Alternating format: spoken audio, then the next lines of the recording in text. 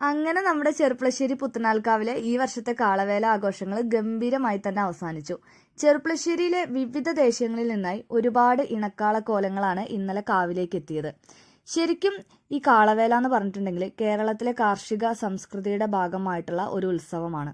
പ്രധാനമായിട്ടും വള്ളുവനാട്ടിലാണ് ഈ ആഘോഷങ്ങൾ നടക്കുന്നത്. ഞാൻ ചെർപ്പളശ്ശേരിയിൽ വന്നതിന് ശേഷമാണ് ഈ കാളവേലയൊക്കെ ആദ്യമായിട്ട് കാണുന്നത് തന്നെ.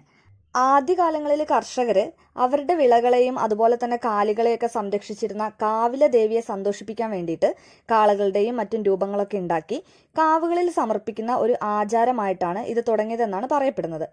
ഈ ആചാരം പിന്നീട് രൂപഭേദങ്ങളൊക്കെ വന്ന് ഇന്ന് നമ്മൾ കാണുന്ന കാളവേലയായി പരിണമിച്ചെന്നാണ് കരുതപ്പെടുന്നത്. മരവും വൈക്കോലും ഒക്കെ ഉപയോഗിച്ചിട്ടാണ് കാളയുടെ കൂറ്റൻ രൂപങ്ങൾ ഉണ്ടാക്കുന്നത്. ഈ രൂപത്തെ തോളിലേറ്റി ചെണ്ടക്കാരുടെയും മറ്റ് വാദ്യമേളങ്ങളുടെയൊക്കെ അകമ്പടിയോടെ ക്ഷേത്രത്തിലെത്തി ദേവിക്ക് നടക്കി വെക്കുന്നതാണ് വഴിപാട്. ഇന്നലെ ദേശീയ ഹർത്താൽ കൂടിയായിരുന്നു കേട്ടോ. എന്നിട്ട് കൂടി നമ്മുടെ ചെർപ്പളശ്ശേരി ഫുൾ ഓണാണ്.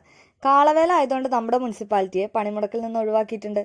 ഈ ആഘോഷത്തിന്റെ ഏറ്റവും വലിയ പ്രത്യേകത എന്താണെന്നോ, ഇതിൽ ജാതിയില്ല, മതമില്ല, രാഷ്ട്രീയമില്ല, ജെൻഡർ ഇല്ല, എല്ലാവരും ഒരേ മനസ്സോടെ ഒരേ വൈബിൽ ആഘോഷിക്കുന്ന ഒന്നാണിത്.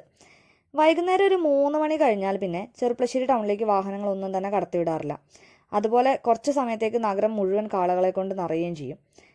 ആഘോഷങ്ങൾ കഴിഞ്ഞിട്ടില്ല കേട്ടോ. ഇന്നാണ് താലപ്പൊലി മഹോത്സവം. 3 ഗജവീരന്മാരും വാദ്യമേളത്തിൻ്റെയൊക്കെ അകമ്പടിയോടെ ഇന്ന് ഗംഭീരമായിട്ടുള്ള ഘോഷയാത്ര നടക്കും.